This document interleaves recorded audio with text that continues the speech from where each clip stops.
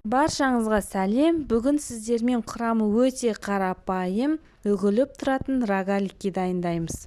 Бөлме температурасындағы май, сары май сливочный береганы пайдаланыңыздар. Өте жақсы бірігеді және де бағасы да өте қолжетімді. Осылай ұн мен майдан ғана қамыр дайындаймыз. Дайын болған қамырды 1-2 сағатқа тоңазытқышқа саламыз. Немесе түнге де қойып қоюларыңызға болады.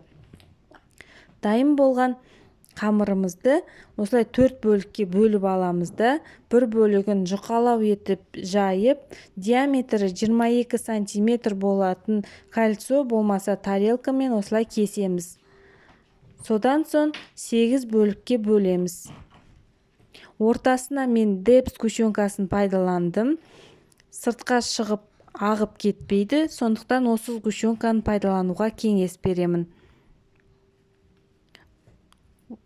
Осылай видеодағыдай жақсылап жабыстырып, қызып тұрған пеште 15-20 минуттай пісіреміз.